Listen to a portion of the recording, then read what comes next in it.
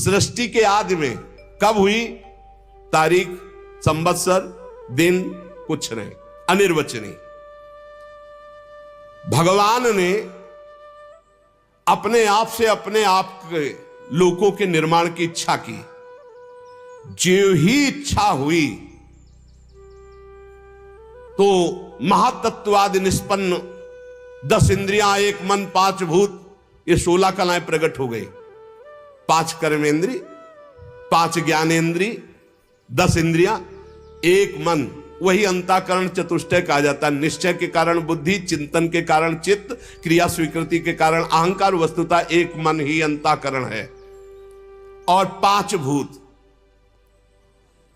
जिनसे शब्द, स्पर्श, रूप, रस, गंध, आकाश, वायु, अग्नि,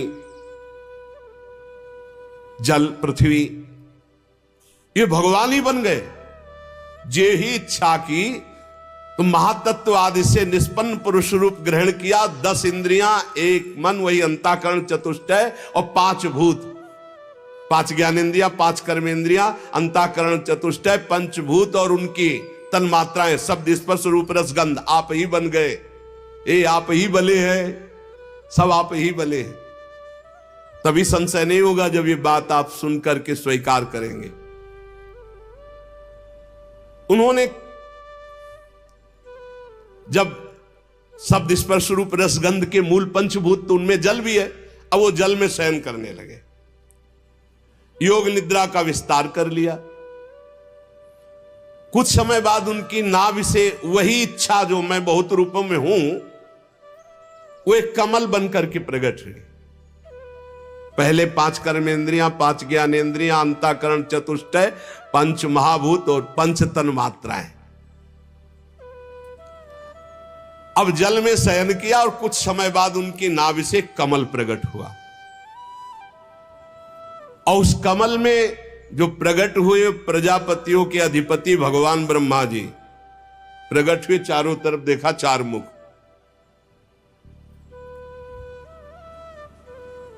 और उन्होंने दिव्य दृष्टि से ब्रह्मा जी के पास जो थी देखना शुरू किया कि मैं कौन, कहां, कैसे कैसे आ गया, मैं कौन हूं। भगवान से बड़ी प्रार्थना की, अव्यक्त परमात्मा से। भगवान के उस विराट रूप अंग प्रत्यंग में ही समस्त लोकों की कल्पना हुई। समस्त लोग भगवान में ही विराजमान है, सब में भगवान विराजमान है और सब भगवान में विराजमान है। ये ज्ञान जिसको हो जाता है वो भगवत प्राप्त हो जाता है। यो माम पश्यति सर्वत्र सर्वम च मयि पश्यति तस्याहं न प्रणश्यामि सच में न प्रणश्यति। योगी लोग दिव्य दृष्टि से भगवान के उस स्वरूप का दर्शन करते हैं। वो भगवान का जो स्वरूप है, हजारों पैर, हजारों जांघें, हजारों भुजाएं, हजारों मुखों वाला विराट रूप भगवान का। शास्त्र शीर्षा पुरुषाहा सहस्राक्ष सहस्रपाद, जो भगवान का स्वरूप है। हजारों पैर वाला, हजारों जांघों वाला, हजारों भुजाओं वाला, हजारों मुखों वाला, हजारों सिर, हजारों कान, हजारों आंखें, हजारों नासिका, हजारों मुकुट, वस्त्र, कुंडल, आभूषण, सब यही भगवान का विराट रूप है। इसी से अनेक अवतारों का प्रादुर्भाव होता है। ये छोटे छोटे अंश से देवता, पशु, पक्षी, मनुष्य आदि योनियों की सृष्टि, ये सब इसी से विराट पुरुष से हुई है। तो सबसे पहले कौमार सर्ग में सनक, सनंदन, सनातन, सनत कुमार, सबसे पहले कमल, कमल से ब्रह्मा, और फिर ब्रह्मा जी ने जो पहली सृष्टि की तो सबसे पहले सृष्टि में प्रकट हुए सनक, सनंदन, सनातन, सनत कुमार। ये चारों ब्रह्म ऋषि जब अवतार लिए तो सृष्टि रचना से बिल्कुल अलग, नियम प्रकट होते हुए अखंड ब्रह्मचर्य, अखंड ब्रह्मचर्य, निरंतर हरिस्तरणम हरिस्तरणम हरिस्तरणम, उदासीन जगत से। दूसरी बार इस संसार कल्याण के लिए समस्त यज्ञों के स्वामी उन भगवान ने जो रसातल में पृथ्वी विराजमान थी उसको लाने के लिए वाराह अवतार धारण किया। ऋषियों की सृष्टि में देवर्षि नारद के रूप में तीसरा अवतार धारण किया। शाश्वत तंत्र का, जिन्हें नारद पंचरात्र कहते हैं, उपदेश किया। उसमें कर्मों के द्वारा किस प्रकार कर्म बंधन से मुक्ति मिलती, इसका वर्णन है। फिर धर्म पत्नी मूर्ति के गर्भ से नर नारायण के रूप में भगवान ने चौथा अवतार लिया। इस अवतार में उन्होंने ऋषि बनकर मन और इंद्रियों का सर्वथा संयम करके, जो तपस्या करना बड़ा कठिन है, उस तप को किया। पांचवें अवतार में भगवान ने सिद्धों के स्वामी कपिल के रूप में अवतार लिया। तत्वों का निर्णय करने वाले सांख्य शास्त्र का, जो समय के फेर से लुप्त हो गया था, आसुरी नामक ब्राह्मण को उपदेश किया। ये भगवान अपने स्वरूप को सृष्टि में कितने रूपों में प्रकाशित किए, ये वर्णन। सबसे पहले भगवान 5 ज्ञानेंद्रिय, 5 कर्मेंद्रिय, अंतःकरण, चतुष्टय, पंच महाभूत और पंच तन्मात्रा। फिर भगवान नाभि कमल, ब्रह्मा जी, फिर सनक सनंदन सनातन, सनत कुमार, फिर भगवान वाराह रूप, फिर देवर्षि नारद रूप, फिर नर नारायण रूप, फिर कपिल रूप। अनुसुईया के वर मांगने पर छठे अवतार में अत्रि की संतान दत्तात्रेय के रूप में भगवान प्रकट हुए। इस अवतार में उन्होंने अलर्क और प्रहलाद आदि को ब्रह्म ज्ञान का उपदेश किया। 7वीं में रुचि प्रजापति की आकुति नामक पत्नी से यज्ञ के रूप में भगवान ने अवतार ग्रहण किया और अपने पुत्र याम आदि देवताओं के साथ स्वयंभू मनवंतर की रक्षा की। राजा नाभ की पत्नी मेरु देवी के गर्भ से ऋषभ भगवान के रूप में अवतार हुआ, जिनके पुत्र भरत जी, जो जड़ भरत जी कहलाए गए। ये 8वां अवतार भगवान का ऋषभ देव के रूप में। इस रूप में परमहंसों का वह मार्ग जो सभी आश्रमियों के लिए वंदनीय है, स्वयं ऋषभ रूप धारण करके दिखाया। करके ऋषियों की प्रार्थना से 9वीं बार वे राजा पृथु के रूप में अवतीर्ण हुए। शौनकादि ऋषियों, इस अवतार में उन्होंने पृथ्वी से समस्त औषधियों का दोहन किया। यह अवतार सबके लिए बड़ा कल्याणकारी हुआ। चाक्षुष मनवंतर के अंत में जब सारी त्रिलोकी समुद्र में डूब रही थी, तब भगवान ने मत्स्यावतार धारण किया, जो 10वां अवतार है। पृथ्वी रूपी नौका पर बैठाकर अगले मनवंतर के अधिपति वैवस्वत मनु की रक्षा की। फिर भगवान ने जिस समय देवता और दैत्य समुद्र मंथन कर रहे थे, उस समय 11वां अवतार धारण किया, कच्छप रूप, जो मंदराचल को अपनी पीठ पे धारण किया। फिर उसी समुद्र मंथन में 12वीं बार धनवंतरी के रूप में अमृत कलश लेकर समुद्र से प्रकट हुए। फिर वही उसी समय 13वीं बार मोहिनी रूप धारण करके दैत्यों को मोहित करके देवताओं को अमृत पान कराया। फिर भगवान ने जो 14वीं बार अवतार लिया, वो बड़ा ही भयंकर रूप था, नरसिंहावतार। अत्यंत बलवान दैत्यराज हिरण्यकश्यप की छाती अपने नखों से फाड़ डाली, जैसे चटाई फाड़ डाली। प्रहलाद जी को सताने के कारण बहुत आवेश में भगवान बड़ा भयंकर रूप, सब कांप रहे थे एक दहाड़ में, ऐसा नरसिंह रूप। 15वीं बार वामन का रूप धारण करके भगवान दैत्यराज बलि के यज्ञ में गए। अंदर से चाहते थे त्रिलोकी का राज्य, परंतु मांगी उन्होंने केवल 3 पग पृथ्वी। भगवान का 16वां अवतार हुआ परशुराम अवतार। जब देखा कि ये दुष्ट स्वभाव वाले राजा लोग धर्मद्रोही है, मनमानी आचरण कर रहे, तब क्रोधित होकर 21 बार इन धर्म विरोधी स्वभाव वालों का विनाश किया। 21 बार। इसके बाद 17वें अवतार में सत्यवती के गर्भ से पराशर जी के द्वारा वे श्री कृष्ण द्वैपायन भगवान व्यास देव जी के रूप में अवतीर्ण हुए। उस समय लोगों की समझ और धारणा शक्ति कम देखकर आपने वेद रूप वृक्ष की कई शाखाएं बना दी। 18वीं बार देवताओं का कार्य संपन्न करने की इच्छा से राजा राम के रूप में भगवान ने अवतार धारण किया, जिसमें समुद्र पर सेतु बांधना, रावण वध, बड़ी मंगलमयी लीलाएं भगवान मर्यादा पुरुषोत्तम श्री रामचंद्र जी ने की। 19वें और 20वें अवतार में यदुवंश में बलराम और श्री कृष्ण के नाम से भगवान का अवतार हुआ। इसके बाद कलयुग आ जाने पर मगध देश बिहार में देवताओं के द्वेषी दैत्यों को मोहित करने के लिए अजन के पुत्र रूप में भगवान का बुद्धावतार उस समय कह रहे कि होगा तो हो गया है। इसके भी बहुत पीछे बाद जब बिल्कुल कलयुग का अंत होना होगा, जब सब लुटेरे हो जाएंगे, कोई किसी का रक्षक नहीं, सब मतवादी आचरण, तो विष्णु यश नामक ब्राह्मण के घर कल्कि के रूप में भगवान अवतीर्ण होंगे।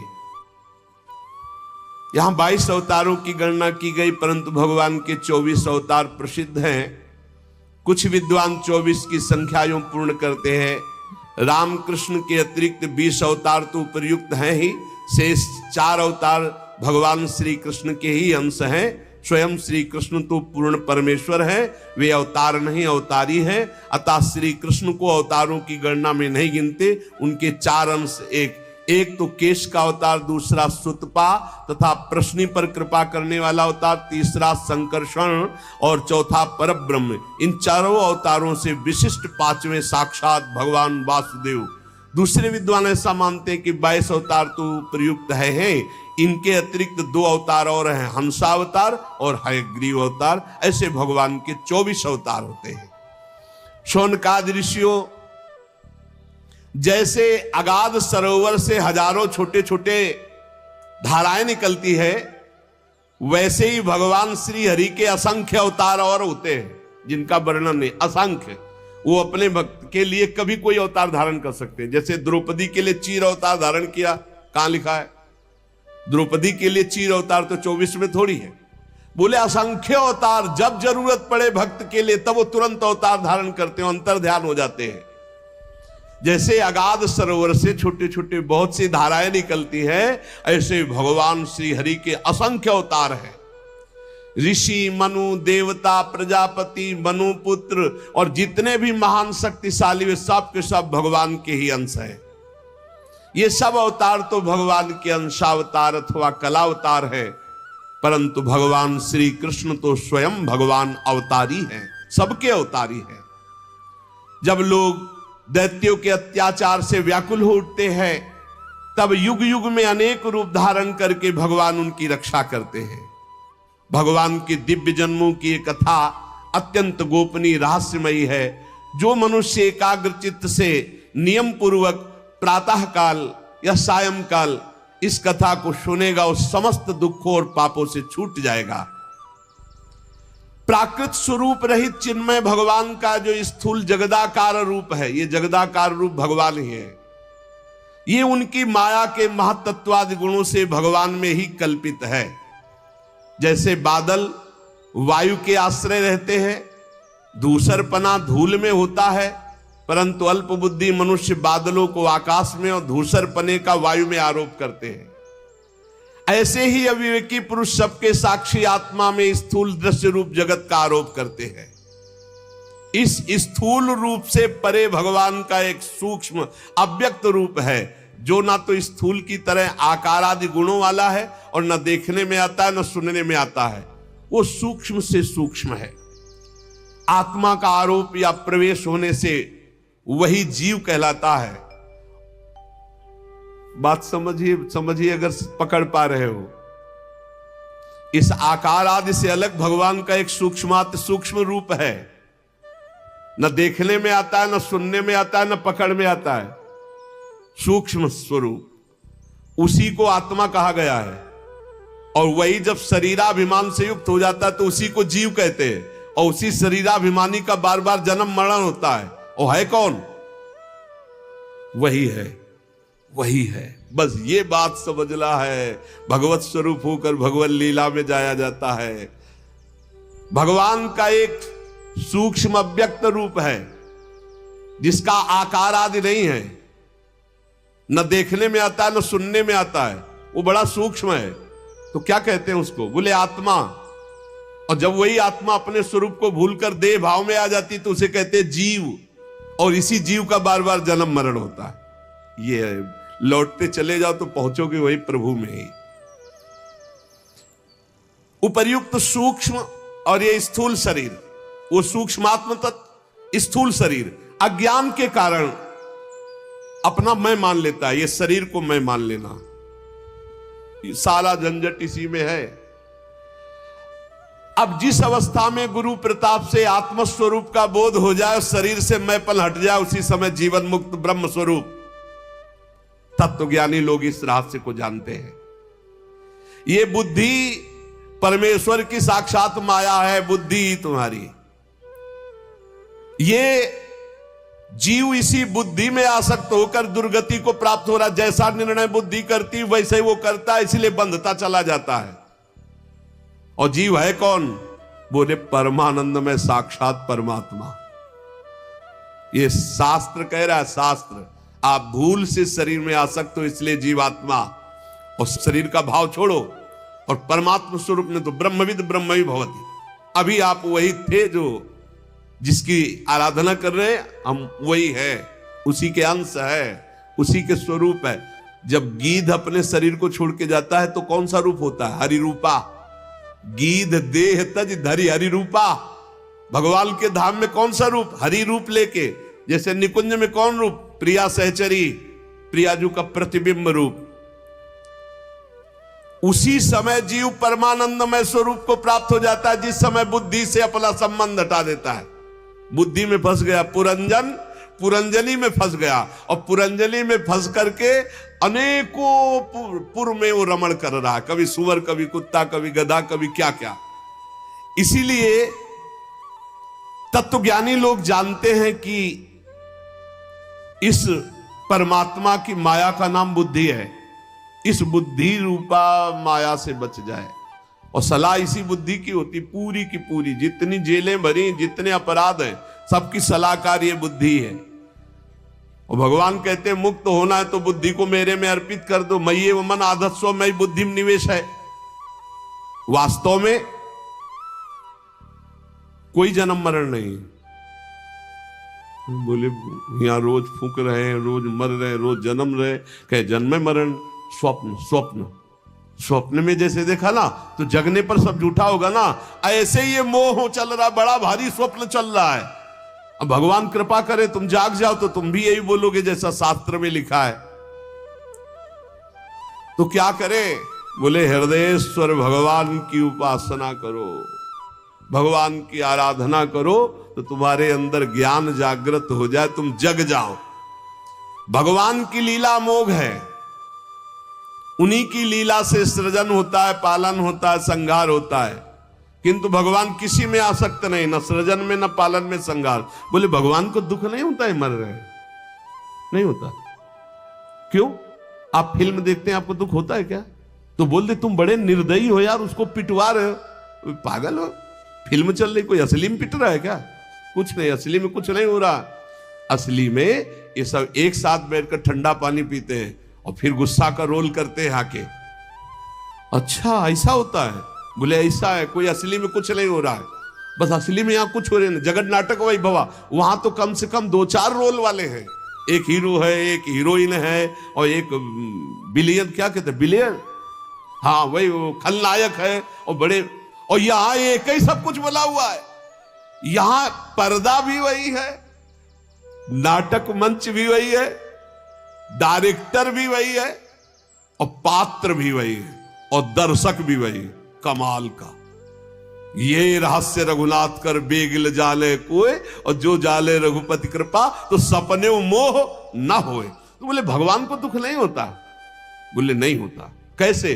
जैसे तुम नाटक फिल्म में देखते हो, ये सब आग लग गई, सब नष्ट हो गया, सब मर गया, तो आपको बाद में आंसू पोंछते निकलते हो क्या? नहीं, हंसते निकलते हो। कोई पूछे इतना जोर का वहां काट मार मची, अरे यार नाटक चल रहा था, तो जगन नाटक वही भवा, वहां तो दूसरे के द्वारा नाटक चल रहा था, यहां तो अपने आप से अपने आप में खेल रहा है, वो अपने आप से अपने आप का सृजन कर रहा है, अपने आप से अपने आप का पालन कर रहा है, अपने आप से अपने आप का संहार कर रहा है, बिल्कुल उसको दुख नहीं। बोले हमें तो बहुत दुख हो रहा है, जैसे स्वप्न में तुम्हें थप्पड़ी आए जाओ तो दुख नहीं होगा, तो जगने पर बताओ कितने थप्पड़ लगे थे, तो हंसी केवल आएगी कि नहीं आएगी? कहा जाए लाओ मलहम लगाना, स्वप्न में बहुत पिटाई हुई थी, पागल हो क्या, वो स्वप्न था, वो स्वप्न था। तो जेहि जाने जग जाए हेराई, जिस तत्व के जान लेने के बाद ये संसार खो जाता है, कैसे? जागे जथा स्वप्न भ्रम जाई, जो जगले पर स्वप्न का महत्व खत्म, ऐसे जागृत होने पर सृष्टि रचना पालन संहार सब खत्म। एक वासुदेवा सर्वमित समहात्मा सुदुर्लभा, वही वासुदेव भगवान विराजमान है, ना कोई जन्मना, ना कोई मरना, ना कोई बढ़ना, ना कोई घटना, ये सब स्वप्न।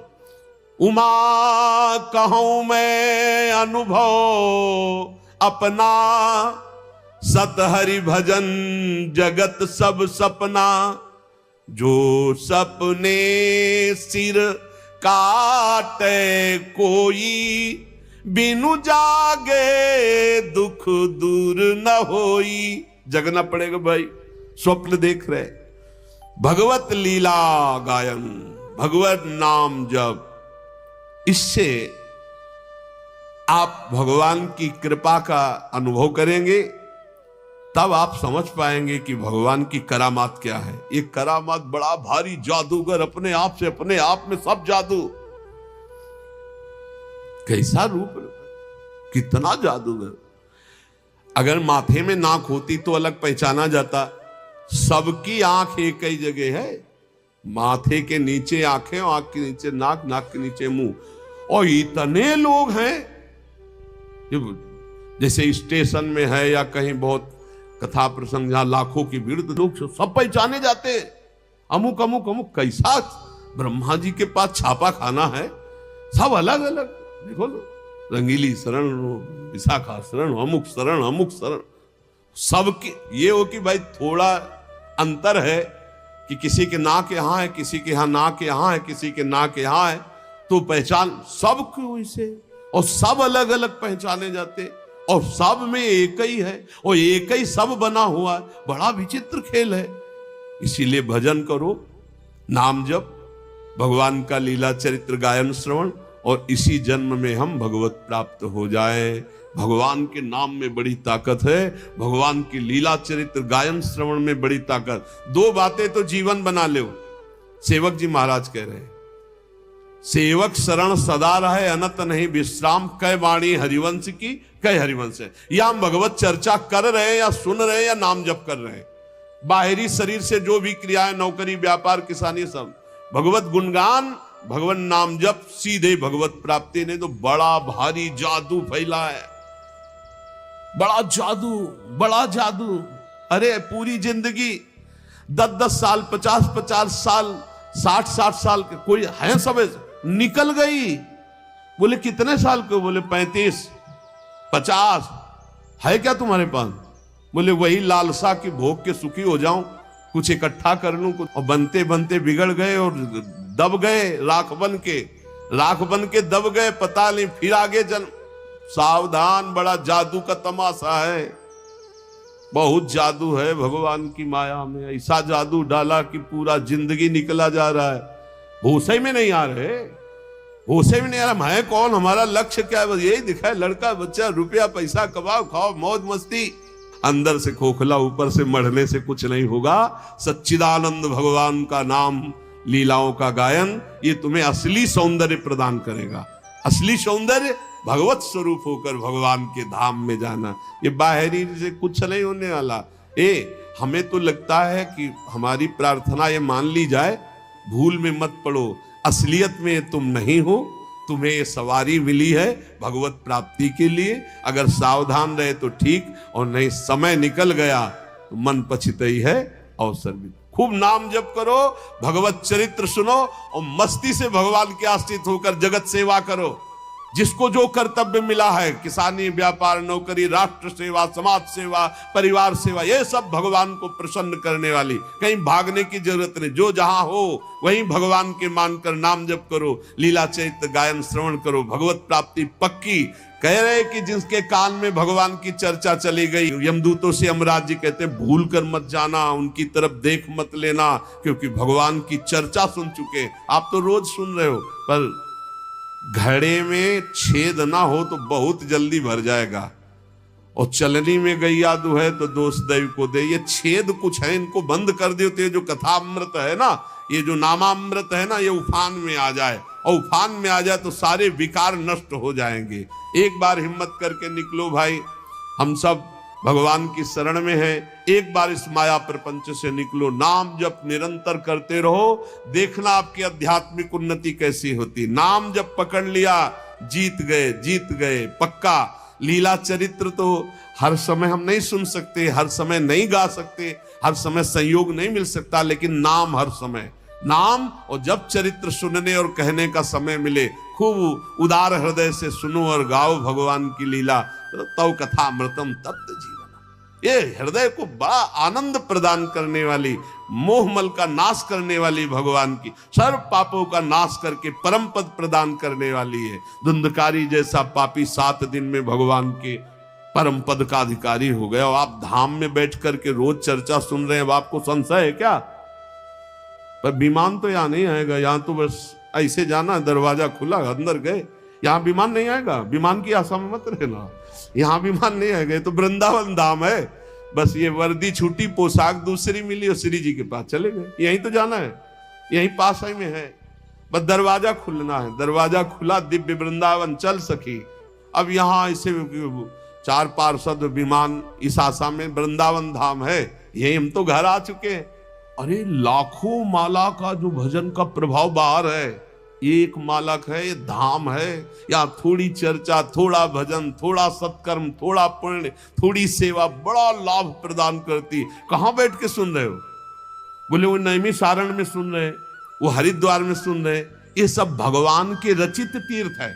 नैमिषारण्य तीर्थ जानते हो क्यों? सुदर्शन चक्र के प्रभाव से। और यहाँ स्वयं भगवान लीलारत थे, है और आगे रत रहेंगे। प्रिया प्रीतम का घर है ये, बस ट्रांसफर होगा, यहाँ शरीर ये छूटा और निकुंज की पोशाक मिलेगी, चल सकी प्रियाजू के पास। अनंत जन्मों की सच्ची मानी हम भूल गए। जैसे पिछले जन्म में हमारे कौन माता पिता थे पता नहीं ना, बिल्कुल पता नहीं। ऐसे हमारे असली परिवार के जन हैं प्रिया प्रीतम। हम भूलकर माया में फंस गए। जिस समय आपको दृष्टि मिलेगी तो आप चिल्ला के रो पड़ेंगे। जैसे अपने माता पिता को पहचान ले तो कैसा लगता है, ऐसे असली आए मिले परिवार आपने, हरिहसि कंठ लगायो, भाग बड़ो वृंदावन पायो। अब बस घर जाना है, अपने घर जाना है, और कुछ नहीं रह गया। समय व्यतीत करो, जीवन की श्वासें खत्म हो और अपने श्री जी के पास चलना। विश्वास पक्का रखना, विश्वास में डगमगाए तो साधन बल से नहीं है। हित दूर जो विश्वास है तब ही सुधरे बात, नातर माया पंथ में फिरे जो टक्कर खार। निरंतर नाम जप करो और जितना बन सके उतना परोपकार करो, दूसरों का हित करो, बड़ा आनंद रहेगा। शेष चर्चा आगे। श्री राधा वल्लभ लाल की जय।